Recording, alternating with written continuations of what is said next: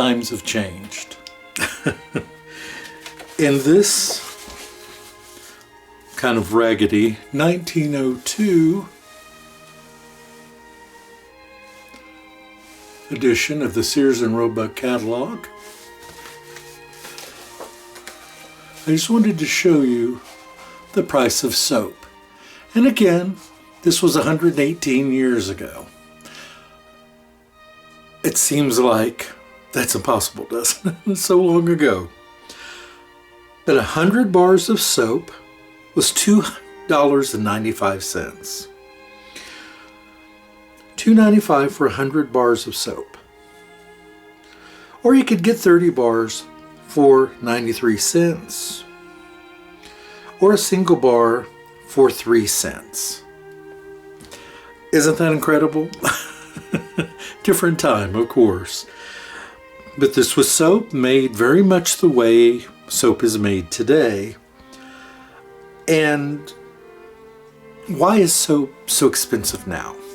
I've had this question, not to me directly, but about soap. Why handmade soap has to be so expensive? Why is ivory soap still like under $1 a bar at the store? And why is handmade soap $3, $4, $5 and more for a bar of soap? Well, first of all, soap like this is made in a factory. And modern soaps that you see in the supermarkets are also made in a factory. And their cost per item is so much less, of course, than what you or I might pay for items. And that's been the case for millennia in business. Big companies who made a lot of products, whether it was in the 1902 period of time or today, big companies could always make it less expensive than going to a individual. My grandmother made soap herself, but she didn't have access to sodium hydroxide. She had to make soap with ashes. And you can still do that today, but it is a much more inaccurate way to make soap. So what does all this mean? Why am I bringing this up? What's it have to do with pricing? Well, because we individual soapers have to buy items at a higher price because we can't buy in bulk the way big companies can.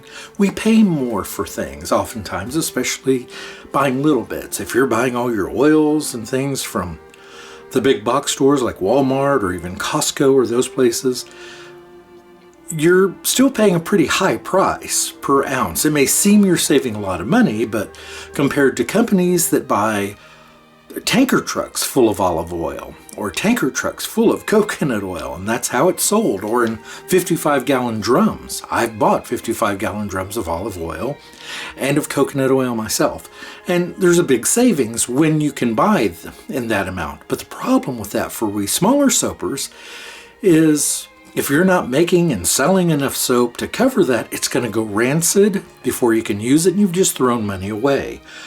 So many smaller soapers, which is a lot of what you'll see on YouTube, we're smaller. We don't make quite as much, so we're paying a higher amount for our oils and our lye and our other ingredients. Within that price you're paying, you're also paying for design, because just look at all the designs of soaps people make with the piping on top and embeds and swirls that you're not going to find in your grocery store bars of soap as a rule. So you're paying for the artistry of that soap that you are buying. And in addition, you're paying for the time that person spent to make that soap. Think about how many hours it took to come up with the idea, to draw out a plan, a recipe, to, in my case, for instance, grow herbs and dry them to put into a product. How much time did it take to raise the animals, to make the goat, to make the milk, like myself and some other folks on that you've seen on YouTube, and people not on YouTube have to spend their money on, the animals themselves.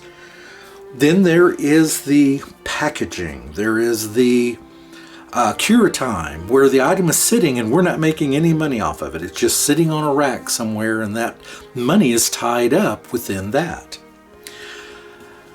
And then you have shipping. Speaking of shipping, just this few weeks ago, we have been informed, both on Etsy and a few other platforms, that the post office is going to raise rates during the election, like from mid-October through November, I believe. I don't have the exact dates here. I will put it on the screen because I'm going to pull the information. I'll put it on the screen for you. But these are increased shipping costs. And on Etsy, for instance, they really strongly encourage us to give free shipping. And that's fine if you've put that into your pricing of your item. Somebody has to pay for that shipping. So at a minimum, if you're sending a few bars of soap, that has to go priority mail. And even if you're using the paper envelope, the paper flat rate envelope, you're talking about $7.15, or for the padded envelope, $7.75, and the prices just go up from there depending on what boxes you may use or what other items you may use. So that is something that you have to consider in the pricing when you're buying these items, what the creator is having to add into those items and the work that goes into it and all of these other things that create that price. So if you ever think you're being charged a criminal price, I hope you'll consider those things. Now, myself, I try to price the things in a fair way, taking all these things I've talked to you into consideration. But I've also decided to remove ads from my videos. Starting with the very next video, my videos are going to be ad-free. I hated the ads from the beginning. I always found them distasteful. I don't like when I go and view a video and it has ads. I'll sit through them sometimes, but sometimes they're 20 and 30 minutes, which is insane. That's like an infomercial, right? That makes no sense to me. But one of the things that all of us are having to deal with right now, though, is these ads on videos. I don't like them, so I've decided to take them off. I don't make enough off YouTube. I'm telling you how much. Last month it was $320. The month before that, like $298, and the month before that maybe $400. It varies from month to month, but it's never more than a few $100s. Now, I'm not saying I don't appreciate that. It comes in very handy. That comes off the ads from the videos. But I don't like what YouTube has done. They've recently added, by default, they add video ads within the video. I could take it when it was just one at the beginning or two at the short 10 or 15 minute ones at the beginning and a 5 or 10 second one at the end of the video. But now they're automatically inserting ads into the middle of the video. And I didn't even know that this was happening. I promise you I had no idea it was happening until I clicked on one of my videos. I was looking actually to see if I needed to edit the description on it, and I left it running. I went to the restroom or something and came back, and there was a commercial on. I was like, why is there a commercial? I know that this video is 15 minutes long and I've only been gone 5 minutes, and I come back, there was a commercial on. And that's when I realized there were commercials within the video. I was appalled. So that's when I decided to open a Patreon account. If people, I'm not even going to talk about it in my videos. It's in my description. If somebody comes across that and they want to donate, they can. But I'm removing that. So again, the cost of the soap making. I just wanted to address that we also have to contend with loss of funds if we want to remove ads from our videos. Seems unfair, doesn't it? Isn't this amazing? Tables for $5, $6, $7, depending on the size of the table. What a time that was, huh? Of course, you had to live with some pretty bulky stuff. I have several of these tables myself. $1.75. This one here, mine has glass balls. I'm not sure if this one has the glass balls. Mine does. And it was $1.75. And I know from an antique catalog that this is now valued at about $500 to $600. That's how things have changed, right? It's all relative. I mean, people only made $1 or $2 per day in many cases back then anyway, so you couldn't buy an entire bedroom suite for $15. Nowadays, you can't even buy a pillowcase for $15. Just a different time. Anyway, this wasn't doing this video just to talk about this Sears catalog. I just wanted to talk about the pricing of soap and just kind of explain. So if you see someone's soap and you think it's overpriced, take these things into consideration, where some of those costs go. I hope you found this helpful. If you are a soaper, you know where I'm coming from, and if you're not, maybe this gave you a little more insight into that. If you leave a comment on your thoughts, especially if you're a soaper, what other costs do you know that may be affecting your pricing as well? Stick those down in the comments. I'd be really interested to know.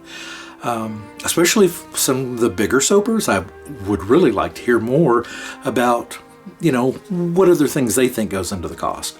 Because you may, and this is the final thing I'll say, you may make a loaf of soap.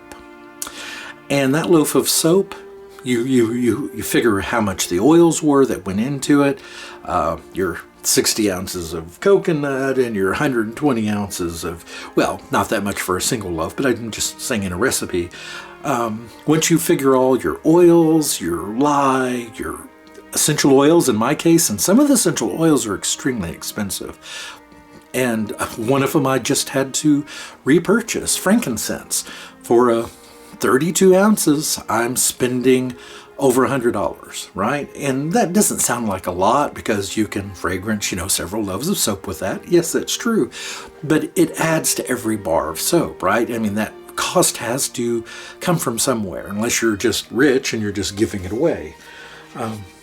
But there are just so many things that affect the costs of things, and I just wanted to talk about that. I'm rambling on and telling you probably a lot more than you ever wanted to know, but it was something that I wanted to discuss and just get your thoughts on, but also just to let you know. I was on someone else's video and I saw someone say they went to their store, but they would never buy soap from them due to their pricing or due to their extremely high shipping. And that's also something else to take in consideration. If you go to someone's channel or to their store, whether it be their Etsy store or their website, and you see a bar of soap for $6 or $7 or more, and then you click on it and you say, okay, I'll buy that. That I can see the value of a $6 or $7. But then you see the shipping is much more than you know it should be. You know that a single bar of soap can go first class. It's generally going to weigh 5 or 6 ounces. So you may think to yourself, well, that shouldn't cost me more $3 or $4, but they're charging $10 for shipping. Again, this goes back to what I was referring to earlier in costs. Sometimes people don't want to make the soap more expensive, like a $10 bar of soap, so they may balance that by adding a little bit to handling costs, okay, which is included in shipping. I don't do that. I don't have to right now because, quite frankly, I feel that I've got a fair enough price that I'm getting back what I need. I don't make a big profit on soap. The profits are higher on tinctures and salves and things like that, yes, and I'll freely admit that. But I try to keep those prices fair as I can. I look at what other people are charging, and then I try to price it by, I don't know, I'll knock off a quarter of that, or sometimes half, or more sometimes. Because I look at what it costs me to make, then what would be a slight profit without being priced too high. So thank you all so much. I always appreciate you coming here. It's always a pleasure having you here. You're just a wonderful bunch of people. You make life so much more pleasurable for me. And again, I really wish I could offer you 100 bars of soap for $2.95, but I can't at this time. Maybe someday in another universe, but not at this time. But I do want to thank you all so very much. It's a pleasure having you here. Hope you have a great day, everyone. Goodbye.